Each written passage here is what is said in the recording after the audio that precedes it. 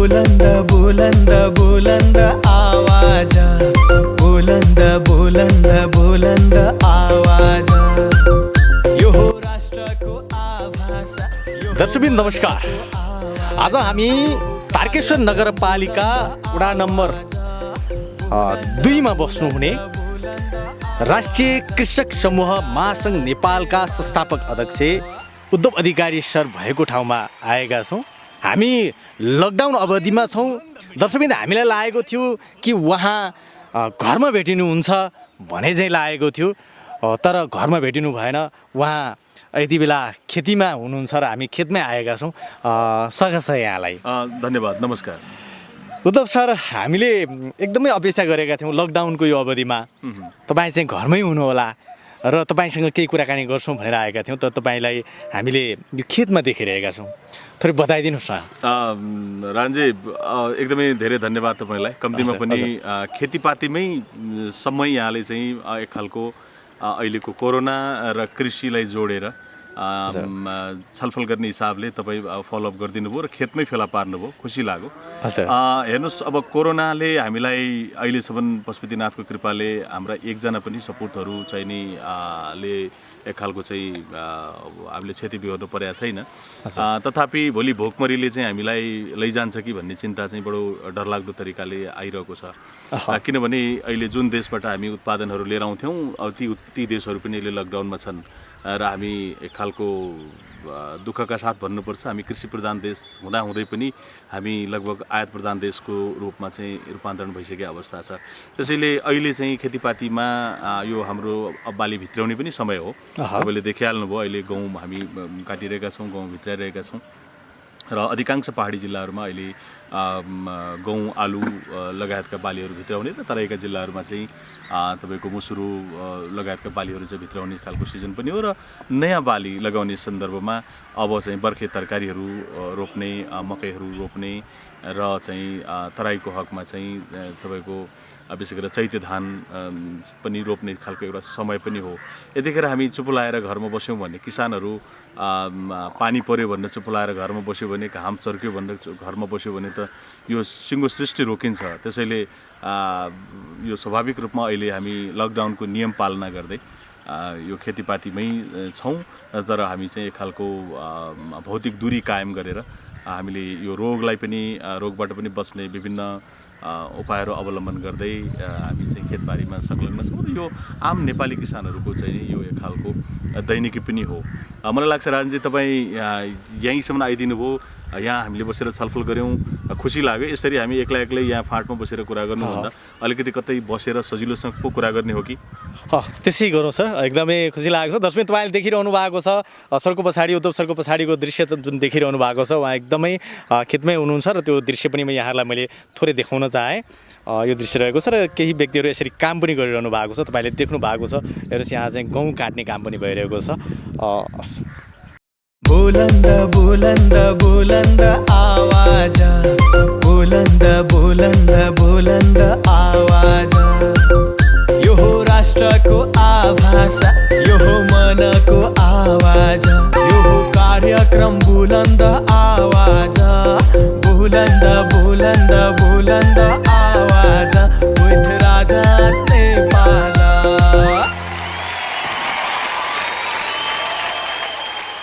आर्यन बुलन्द मिडियाको प्रस्तुति कार्यक्रम बुलन्द आवाज। दर्शक नमस्कार। सदा चाहिँ आज पनि हामी तपाईँमाझ उपस्थित भएका छौँ। आजको यो उपस्थिति या यो समय कोरोना अवधि यानि कि लकडाउनको अवधिमा छौँ। लकडाउनको यो दायरा र यो लकडाउनलाई पालना गर्दै गर्दा या यो लकडाउनमै रहेर तपाईँमाझ अपडेट भइरहँदा हामीले हाम्रो देश नेपाललाई कृषि प्रधान देश भनेसँगै आज कृषि विधामा रहेर अनि यो कोरोनाको खासमा कस्तो खाले प्रभाव पर्ला त कृषिमा भन्ने आधारमा टिकेर कुराकानी गर्नका लागि राष्ट्रिय कृषक समूह महासङ्घ नेपालका संस्थापक अध्यक्ष उद्धव अधिकारी सरसँग केही कुराकानी गर्ने हेतुका साथ तपाईँ माझ उपस्थित भएका छौँ। यो कार्यक्रम बुलन्द आवाज, बुलन्द बुलन्द बुलन्द आवाज, विथ राजा नेपाल। म राजसोस्ती नगरी उहाँलाई स्वागत गर्न चाहँदैछु सर यहाँलाई। हस्, धन्यवाद, नमस्कार। सर, आज लकडाउनको 32औं दिन हजुर, हामी तपाईँकोमा आउँदा तपाईँ खेतमा हुनुहुन्थ्यो र त्यहाँ पनि हामीले तपाईँसँग केही बोल्यौँ र अन्ततः यति बेला हामी तपाईँको घरमा आइपुगेका छौँ।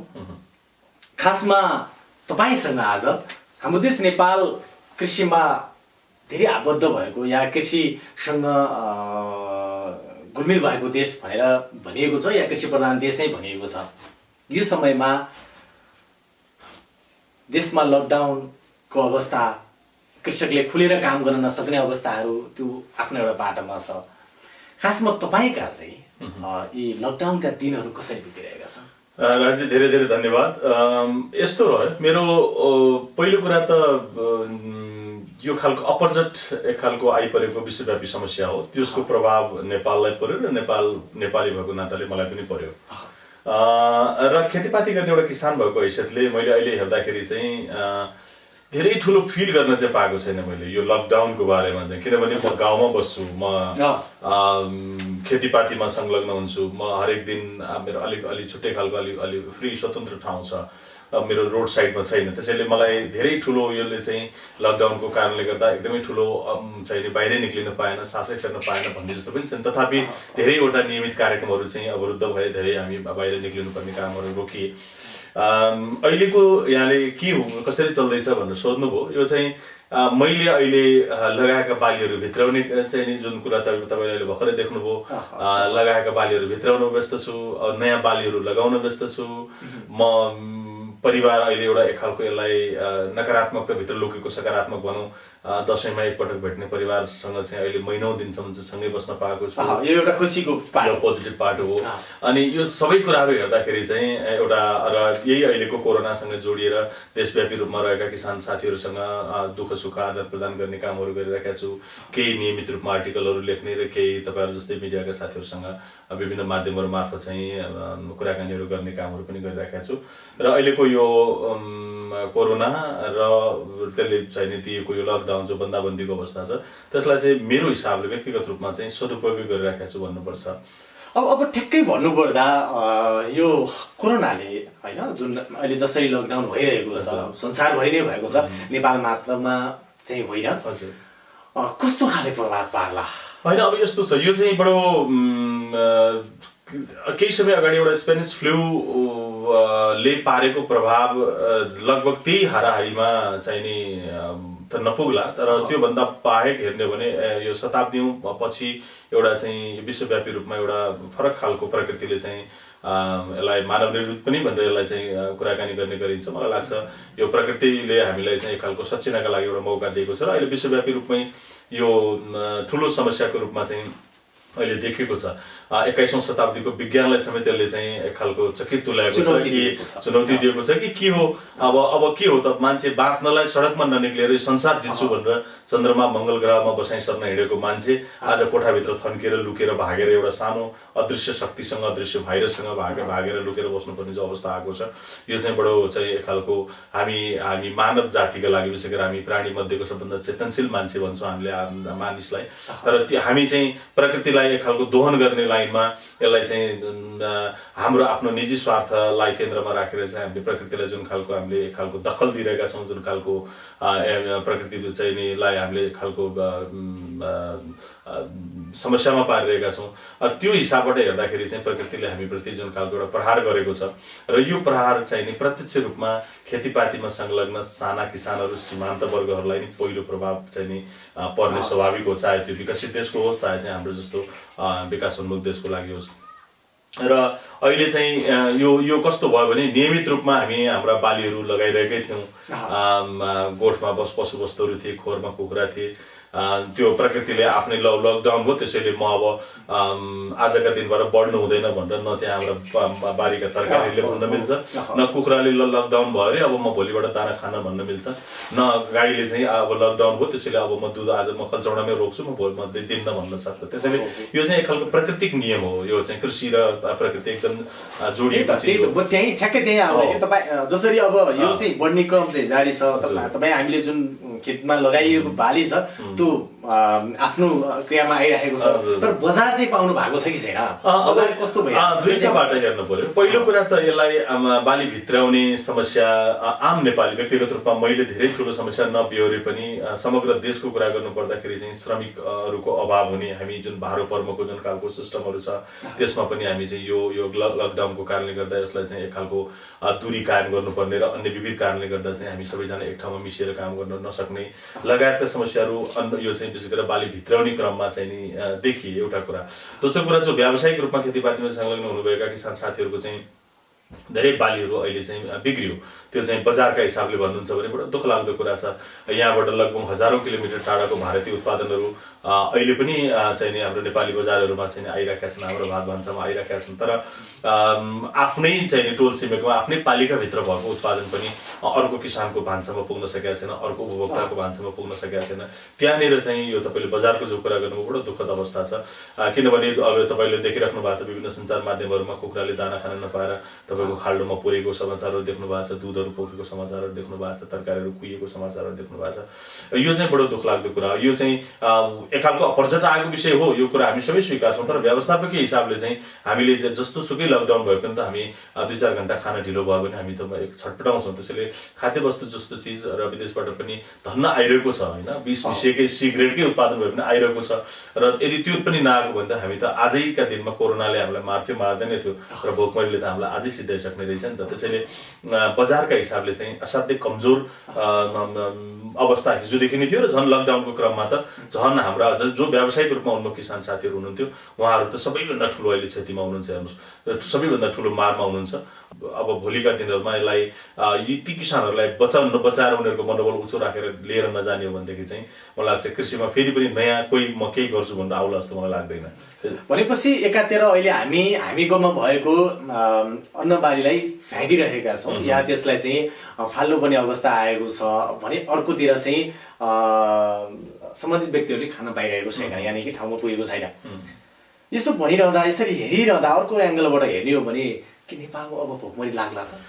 भोकमरीकै अवस्था चाहिँ नेपालमा नआउला म भन्छु, किनभने 2-3 महिनामा हामीले चाँडै आउने खालका बालीहरू लिन सक्छौँ होइन। त्यसैले यो हाम्रो गेडो रोप्यो भने मानु फल्छ, मानु रोप्यो भने चाहिँ मुरी फल्ने माटो छ, हामी प्रकृतिले दिएको त्यस्तो एउटा सुन्दर चाहिँ नि भूगोलमा छौँ।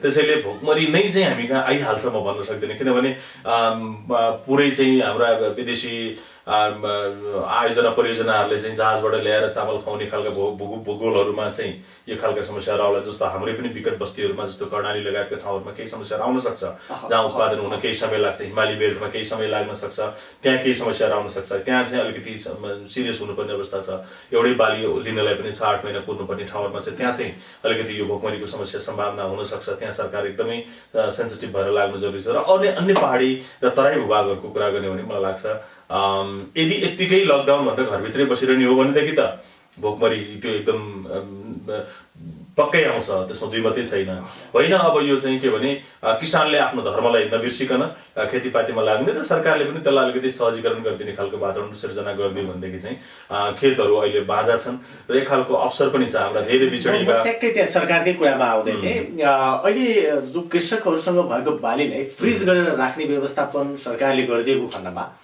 त्यो त्यस्तो अब यस्तो हुन्छ। अब जस्तो दुधको केही न केही प्राइभेट डेरीहरूले अथवा सरकारको दुध विकास संस्थानहरूले चाहिँ त्यसलाई पाउडर बनाउने खालको एउटा प्र्याक्टिस गरिराखेको छ। त्यो पाउडर पनि एकदम हेभी स्टोरेज भइसक्यो भन्ने कुरा आएको छ होइन। हामीसँग त्यो खालको अलि लङ टर्म चाहिँ निर्यात गर्ने अलि ठुलो खालको चाहिँ भण्डारण गर्ने खालको त्यो खालको एकदमै परिकल्पनै कम छ। अनि अब कुखुराको बारेमा त्यसलाई चाहिँ ठुलो कोल्ड स्टोरमा राखेर मासु त्यसलाई चाहिँ भनौँ न एक खालको फ्रिजमा राखेर चाहिँ एकदम ठुलो क्वान्टिटीमा राख्ने त्यो खालको सिस्टमहरू पनि हामी कहाँ छैन होइन। अब तरकारीहरूको त झनै छैन, त्यो त एकदम पेरिसेबल आइटम हो, त्यो त जतिखेर फल्यो त्यसपछि त्यसलाई निश्चित भनौँ न आज या भोलिसम्म हामीले व्यवस्थापन गर्न सकेन भने धेरै तरकारीहरू बिग्रिने नै हुन्छन् होइन। त्यसैले अब स्टोरेजको हिसाबले भन्ने हो भने तपाईँ गहुँ धान लगायतका चिजहरूको चाहिँ सम्भावना छ। र त्यसको लागि चाहिँ अब अहिले सरकारले धानको चाहिँ केही खालको स्टोरेज गर्ने सिस्टम छ। लगभग हामीसँग 32 लाख मेट्रिक टन को हाराहारी चाहिँ सरकारले त्यो खालको स्टोरेज गरेर राख्ने भनौँ न खाद्य चाहिँ अप्ठ्यारो अवस्थामा चाहिँ टिक्न मिल्ने गरेर 32,000 मेट्रिक टन चाहिँ को क्यापासिटी थियो, तर त्यो चाहिँ अहिले 23,000 मेट्रिक टन भन्दा बढी चाहिँ अहिले मौजुदा रहेको अवस्था छैन होइन सरकारसँग पनि। अब त्यो खालको तपाईँले भनेको स्टोरेज गरेर अलिकति ढिलोसम्म बेच्न मिल्ने खालको सिस्टमहरू भएको भएदेखि त हाम्रा किसानहरू अहिले लकडाउनभन्दा अगाडिको कुरा सम्झ्यौँ न, हाम्रा अदुवाहरू समयमा नबिकेर मूल्य नपाएर गोम चाहिने त्यत्तिकै सडकमा फ्याँक्नु परेको घटनाहरू यहाँलाई गोलभेडाहरू चाहिने होइन चाहिने एकदम लो मूल्यमा चाहिँ बेच्नु परेको अथवा बिक्दै नबिकेको कारणले गर्दा चाहिँ हामीले सडकमा फ्याँक्नु परेको बन्दा लगायतका चिजहरू पैसै नआएर चाहिँ एकातिर सरकारले कृषिमा तिमीहरूले आबद्ध भएनौ कृषि गरेनौ भन्छ, अर्कोतिर चाहिँ बजार भाउ नदिएको अवस्था। एकदमै त्यो चाहिँ के भने अब यो यसलाई दुर्भाग्य भनौँ के भने हामीले चाहिँ कृषिमा आफ्नो खालको रणनीति बनाएर जान सकेनौँ। हामी आफैमा आत्मनिर्भर हुने भन्दा पनि हामी हरेक चिजहरू बिउ मलदेखि लिएर कृषिकाल चाहिने जति पनि चाहिने संसाधनहरूदेखि हामी चाहिँ खाद्य उत्पादन समेत चाहिने हामी विदेशबाटै आयात गरेर उपभोग गर्ने हाम्रो बानी विकास भइसक्यो। त्यसैले यो चाहिँ सरकारले यस्तो कुराहरूमा चाहिँ अलिक बढी गम्भीर हुनु जरुरी छ, किनभने हामी WTO को सदस्य राष्ट्र हौँ। त्यसैले हामीले एकअर्को देशमा सहज रूपमा व्यापार गर्न पाउनुपर्छ, सामान निर्यात गर्न पाउनुपर्छ, आयात गर्न दिनुपर्छ, त्यो आफ्नो ठाउँमा छ। तर कृषि जस्तो सेन्सिटिभ चिजलाई चाहिँ हामीले WTO बाट बाहिर निकाल्ने र यसलाई नियमित रूपमा चाहिने कृषिजन्य उत्पादनहरू जो विदेशबाट आइरहेको छ त्यसलाई चाहिँ हाई ट्याक्स गरेर त्यसलाई चाहिँ निरुत्साहन गर्ने। जस्तो अस्ति हामी कहाँ प्याजको एकदमै हाहाकार भयो होइन, हामीले निकै ठुलो त्यसमा चाहिँ व्यङ्ग्य पनि गर्यौँ। त्यो कारण के थियो भने तपाईँको भारतीय उत्पादनमा चाहिँ एक खालको गिरावट थियो। उसलाई आफ्नै देशलाई नागरिकले नपुग्ने भएपछि उसले त्यो उत्पादनहरू हाम्रो देशमा पठाएन, त्यस कारणले गर्दा हामी कहाँ प्याजको हाहाकार भयो। आज भोलि त्यस्ता खालको अवस्था हेर्नुहोस्, एउटा महादेशले अर्को महादेशलाई, एउटा देशले अर्को देशलाई, एउटा देशले एउटा प्रदेशले अर्को प्रदेशलाई, एउटा पालिकाले अर्को पालिकालाई उत्पादनहरू दिन नसक्ने दिन पनि आउन सक्छ विशेष गरेर होइन। यदि यस्तै अवस्था रहने हो भने कोरोनाकै अहिले विश्वव्यापी जुन खालको महामारी छ यस्तै खालको अवस्था आउने हो भने त्यो अवस्था आउन सक्छ। त्यसैले हरेक पालिकाहरूले अब एउटा खालको रणनीति बनाएर, हरेक प्रदेशहरूले एउटा रणनीति बनाएर र सिङ्गो देशले एउटा रणनीति बनाएर कृषिमा कसरी हाम्रा युवा जनशक्तिलाई चाहिँ त्यहाँभित्र चाहिँ संलग्न गराउन सकिन्छ। अहिले चाहिँ अब अन्ततिरै जाँदैछु। हजुर, खासमा सरकारले लकडाउनको पालना गर तिमी घरमै बस्छ भनेको छ र तपाईँ भन्दै हुनुहुन्छ कृषकले घरमा बस्नु हुँदैन, कृषि गर्नुपर्छ भन्ने कुरा तपाईँको छ। अब सरकारको नियमलाई पनि पालना गर्दै र कृषिलाई पनि आत्मसात गर्दै अगाडि बढ्दै रहँदा अब सरकारले चाहिँ खास गरेर कृषकहरूका लागि के गरिदिएमा चाहिँ राम्रो हुन्छ? सरकारले के गर्नु पर्यो भने सरकारले भन्दा मुखले मात्रै कृषि प्रधान देश भनिदिनु भएन, कामै चाहिँ कृषि प्रधान देशको अनुसार गरिदिनु पर्यो। त्यो भनेको चाहिँ के हो भने कृषिमा मुस्किलले 2-3% बजेट छुट्याउँछ र त्यो चाहिँ खालि कर्मचारी पाल्नलाई मात्रै ठिक्क हुने खालको बजेट छुट्याएर कृषिको विकास हुँदैन। भाषण गर्दाखेरि चाहिँ यो कृषि प्रधान देश हो, यसमा कृषिबाट हाम्रो समृद्धि ल्याउनु पर्छ भन्ने, अनि काम गर्न लागिसकेपछि चाहिँ बजेट छुट्याउने बेला चाहिँ हात कमाएर चाहिँ त्यो के भन्छ एक खालको निर्वाहमुखी बजेट छुट्याउने त्यो खालको प्रक्रियाबाट सरकार बाहिर जानुपर्छ। कृषिमा हेभी बजेट एक खालको राम्रो खालको लगानी, जति लगानी गरे त्यति उत्पादन हुने, उत्पादनशील क्षेत्र भनेको नेपालमा कृषि हो। उद्योग धन्दाहरू तपाईँको 10-12 घटेर जब 7% हाराहारीमा आइसकेको छ। अब रेमिटेन्सको कुरा गर्नुहुन्छ भने अहिले हामी चाहिँ कृषि प्रधान देश नभनिकन यसलाई रेमिटेन्स प्रधान देश भन्ने पनि अब त रेमिटेन्सका कुरा पनि अब स्वाभाविक रूपमा तपाईँको अहिले 27% कृषिको जीडीपीमा कन्ट्रिब्युसन थियो भने 32 को हाराहारी चाहिँ तपाईँको रेमिटेन्सको जीडीपीमा कन्ट्रिब्युसन थियो। अब त यो विश्वव्यापी महामारीका कारणले गर्दा हाम्रा धेरै दाजुभाइ दिदीबहिनीहरू चाहिँ देश फर्किँदै हुनुहुन्छ, कति फर्किसक्नुभयो। त्यसलाई अब त्यो खुसीको कुरा हो, त्यसलाई हामीले दुःख मान्नु पर्दैन। तर त्यो चाहिँ कुरो के भने अब देशले जुन खालको रेमिटेन्सको रूपमा चाहिँ यो खालको मेरुदण्डको रूपमा हिजो चाहिँ हाम्रा दाजुभाइ दिदीबहिनीहरूले रगत पसिना चाहिँ गरेर हाम्रो देशमा चाहिँ रेमिटेन्स पठाइदिइराख्नु भएको थियो, त्यसले एक खालको देश चाहिँ टिकिरहेको अवस्था थियो। तर भोलिका दिनहरूमा के हो भने ती युवा शक्तिहरू अब रहरले या करले उहाँहरू चाहिँ अब फेरि हाम्रो आफ्नै देश फर्किँदै हुनुहुन्छ। उहाँहरूलाई चाहिँ अब राम्रोसँग व्यवस्थापन गर्न नसक्ने हो भने उहाँहरूलाई अब एकातिर खाने पेट पनि बढ्नेछ, हामीसँग 10 लाख 20 लाख खाने पेटहरू एक्कासी बढ्नेछ भने अर्कोतिर उहाँहरूले जुन खालको नियमित रूपमा कमाइराख्नु भएको पैसा थियो त्यो पनि अब उहाँहरूले नियमित रूपमा कमाउन सक्नुहुन्न। र अर्कोतिर विश्वव्यापी रूपमा जुन खालको समस्या देखिँदैछ त्यसले अब हाम्रो क्रय शक्तिलाई पनि कमजोर गराउँदैछ र अब तपाईँको हामीले उपभोग गर्ने उपभोग्य वस्तुहरूको मूल्य पनि वृद्धि गर्दैछ। त्यसैले यो एकदमै धेरै सेन्सिटिभ चिजहरू छ, यहाँभित्र धेरै हामी संवेदनशील हुनुपर्ने अवस्था छ। यो सबै कुरा हेर्दाखेरि सरकारले अब यो भित्र रहेर यसलाई केन्द्रमा राखेर चाहिँ अब आगामी बजेट नीति कार्यक्रमहरू बन्ने तर्खरमा छन् 7वटा प्रदेश सरकारहरूले अथवा स्थानीय सरकारहरूको तर्फबाट र संघीय सरकारहरूले पनि अब कृषिलाई केन्द्रबिन्दुमा राखेर आफ्ना खालका योजनाहरू बनाउनु पर्यो, नीतिहरू बनाउनु पर्यो, कार्यक्रमहरू बनाउनु पर्यो, बजेट चाहिने एक खालको बढाउनु पर्यो। प्राविधिक साथीहरू गाउँ गाउँमा पुर्याउनु पर्यो। तपाईँको अहिले चाहिँ जम्मा 2000 कृषिका कर्मचारीहरू स्थानीय तहमा 753 वटा तहमा बसेर काम गरिराख्नु भएको छ, त्यसले पुगेन। तपाईँको हजारौँ चाहिँ पढे लेखेका विज्ञ साथीहरू चाहिँ माथि बसेर काम गरिराख्नु भएको छ। तपाईँको अनावश्यक संरचनाहरू थपेर ज्ञान केन्द्र जस्ता संरचनाहरू थपेर चाहिँ तपाईँको कृषिका संरचनाहरूलाई तल लानलाई चाहिँ कन्जुसाइ गरिएको छ। पढेका विज्ञ साथीहरूलाई तल पठाउन कन्जुसाइ गरिएको छ। यो सब नगरिकन अब सरकारले चाहिँ तल प्राविधिकहरू एकदम परिपक्व बनाउने अर्को दोस्रो काम चाहिँ जरुरी छ भने अर्कोतिर चाहिँ तपाईँको किसानको मनोबल उच्च राख्नका लागि अहिले हेर्नुहोस् खेतीपातीमा जो पाए त्यही करले लाग्ने कुरा अलग कुरा, रहरले लाग्ने एकदमै थोरै संख्या छ। त्यो किनभने तपाईँको उसको सम्मान छैन। त्यो सम्मान चाहिँ वृद्धि गराउनका लागि पहिलो कुरो किसानको वर्गीकरण हुन जरुरी छ। हेर्नुहोस् पहिचान हुन जरुरी छ। को किसान, को कुन तहको किसान हो, पहिचान हुन जरुरी छ। पहिचान सँगसँगै वर्गीकरणको कुरा सँगसँगै ल्याउन जरुरी छ। को कुन तहको किसान हो। हेर्नुहोस् यहाँ हाम्रा चाहिँ ठुला ठुला हजारौं हेक्टरमा खेती गर्ने विनोद चौधरीजी, पवन गोल्यानजी जस्ता ठुला ठुला व्यवसायी किसानहरू पनि हुनुहुन्छ जो चाहिँ अरूको बनिबुतो गरेर चाहिँ खेतीपातीमा काम गर्ने चाहिँ तपाईँको देशको लगभग 18-20% चाहिने हाम्रा किसानको वर्गीकरण हुनु पर्यो। वर्गीकरण सँगसँगै किसानलाई चाहिँ परिचय पत्र उपलब्ध गराउनु पर्यो। त्यो परिचय पत्र भइसकेपछि तदनुसारको चाहिँ सेवा सुविधाहरू पनि दिनु पर्यो। परिचय पत्रका लागि परिचय पत्र दिएर आउँछ त्यो भएन, त्यसको अनुसारको चाहिँ जस्तो ठुला किसानलाई त्यही खालको सुविधा सेवा सुविधा चाहिन सक्छ, साना किसानलाई त्यही खालको सेवा सुविधा चाहिन सक्छ। त्यसैले साना किसानलाई केन्द्रबिन्दुमा राखेर परिचय पत्र लागू गर्नु पर्यो सरकारले। अब एवं रीतिले तपाईँको अहिले धेरै किसानहरूसँग अनगिन्ती समस्याहरू छन्। किसानसँग समस्या बाहेक केही पनि छैन, तर सरकार सम्बोधनको नाममा चाहिँ वास्तवमा कतिपय ठाउँमा पीडा दिने काम गर्छ। ठुला ठुला परियोजनाहरू चाहिँ विकास गर्छ, किसानले लेख्न नजान्ने नबुझ्ने खालका परियोजनाहरू आह्वान गर्छ। अनि त्यसपछि सुलभ ब्याज दरका ऋणका कुरा गर्छ। अब के भन्छ किसानलाई कोखाइ गर्छ, बिचौलिया किसानहरूलाई अथवा चाहिँ नि त्यस्ता खालका किसानहरूको पहुँच वृद्धि गराउँछ, साना किसानहरूलाई त्यसमा पहुँचभन्दा बाहिर राख्छ। अब यस्ता खालका कार्यक्रमहरूलाई चाहिँ साना किसान केन्द्रित गराउनु पर्यो। त्यसलाई चाहिँ कसरी हुन्छ रियल किसान जो माटोमा खेल्छ, जो भुइँ मान्छे हो, त्यसका चाहिँ पुर्याउनु पर्यो त्यस्ता खालका स्रोत साधनहरू। जबकि एउटा चाहिँ अब अरू केही व्यवसाय नभएर अब म चाहिँ अब खेतीपाती गर्छु भनेर आएको एकजना आगन्तुक किसानलाई भन्दा अब सदियौँदेखि एउटा पुस्तौनी रूपमा आफूले जुन खालको पेसा व्यवसाय गरेर आएको पात्र हो, त्यो पात्रहरूको पहिचान गरेर उसलाई परिचय पत्र दिएर त्यो अनुसारको चाहिँ सेवा सुविधाहरू दिनु पर्यो। सरकारी अनुदानहरू त्यहाँसम्म पुर्याउनु पर्यो। त्यसो गर्यो भने मलाई लाग्छ यो हामीले कृषिबाटै हाम्रो देशको समृद्धि सम्भव छ। हेर्नुहोस् किनभने कृषि भनेको हामीले एकदम हल्का रूपमा मात्र लिन्छौँ। कृषि भनेको त्यो रोप्दियो भने फलिहाल्छ नि भन्ने हल्का रूपमा लिन्छौँ, त्यो मात्रै होइन। कृषिमा धेरै मेहनत गर्नुपर्छ, धेरै खालको चाहिँ प्रकृतिसँग एक खालको फकाइ फुलाइ गरेर उत्पादन लिनुपर्ने जो अवस्था छ, त्यो एउटा कृषि भनेको फरक चिज हो। र कृषिबाटै हामीले चाहिँ कृषिमा आधारित उद्योगहरू मार्फत हाम्रा अब अहिले आउँदै गरेका दाजुभाइ दिदीबहिनीहरूलाई हामी त्यहाँ इन्गेज गराउन सक्छौँ।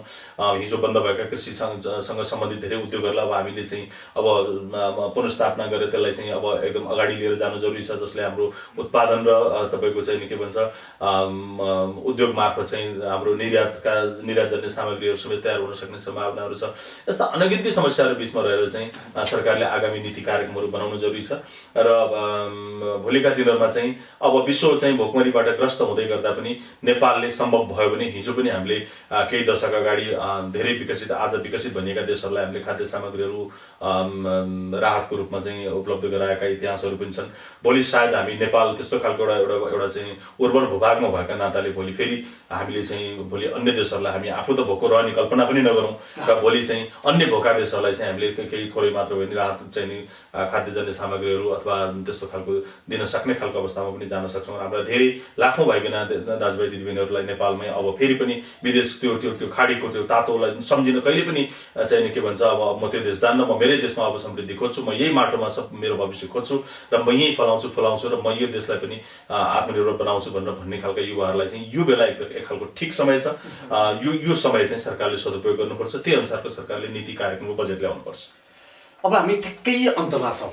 हजुर, बुलन्द आवाजमा धेरै दर्शकहरू हुनुहुन्छ जसले तपाईँ जस्तै एउटा फरक आवाजलाई लिएर आइदियो हुन्थ्यो भन्ने दर्शकहरू पनि हुनुहुन्छ। र मैले केही वर्ष अगाडि पनि तपाईँसँग अन्तर्वार्ता लिने भन्ने कुरा गर्दा धेरैजनाहरू एक्साइटेड हुनुहुन्थ्यो। एकदमै खुसीको माहौल थियो।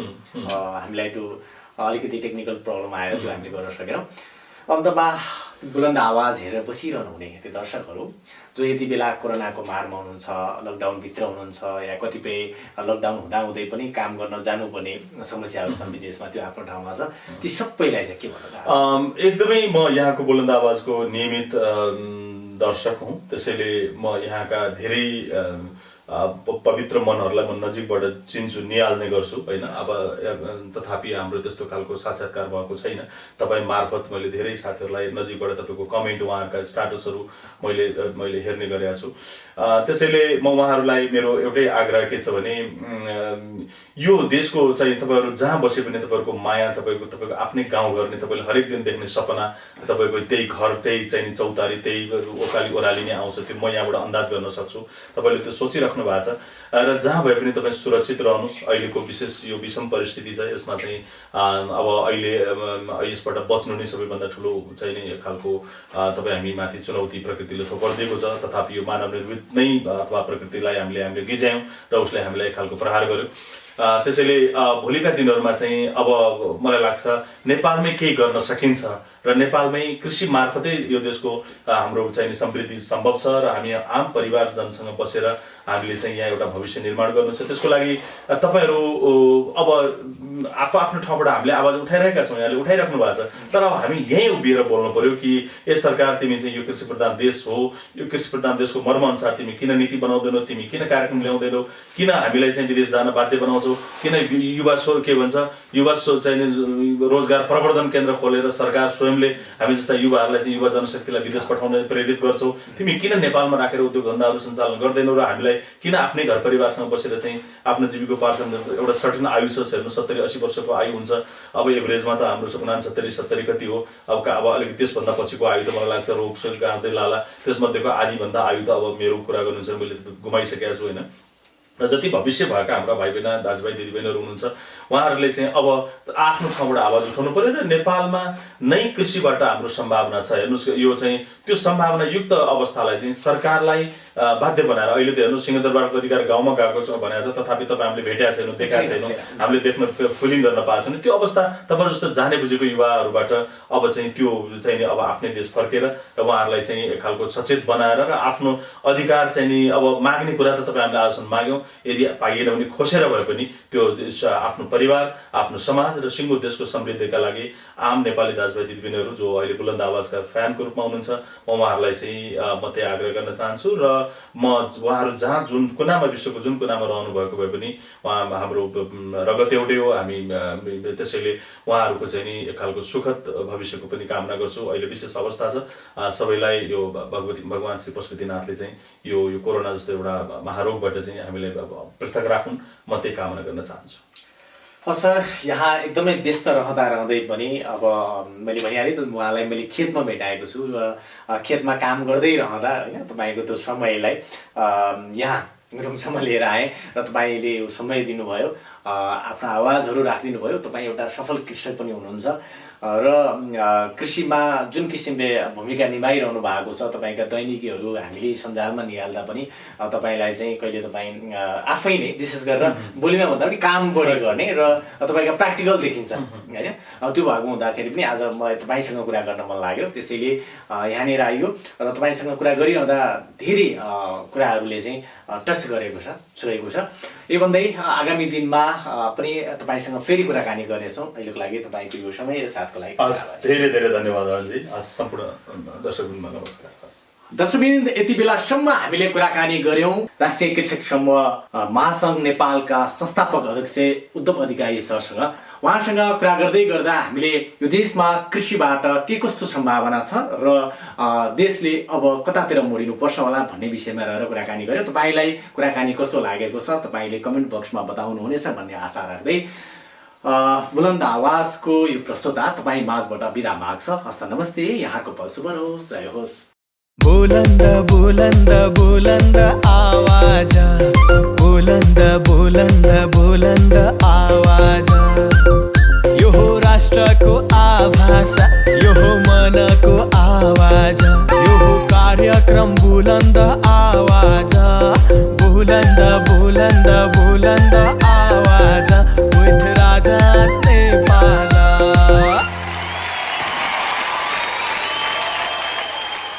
आर्यन बुलन्द मिडियाको प्रस्तुति कार्यक्रम बुलन्द आवाज।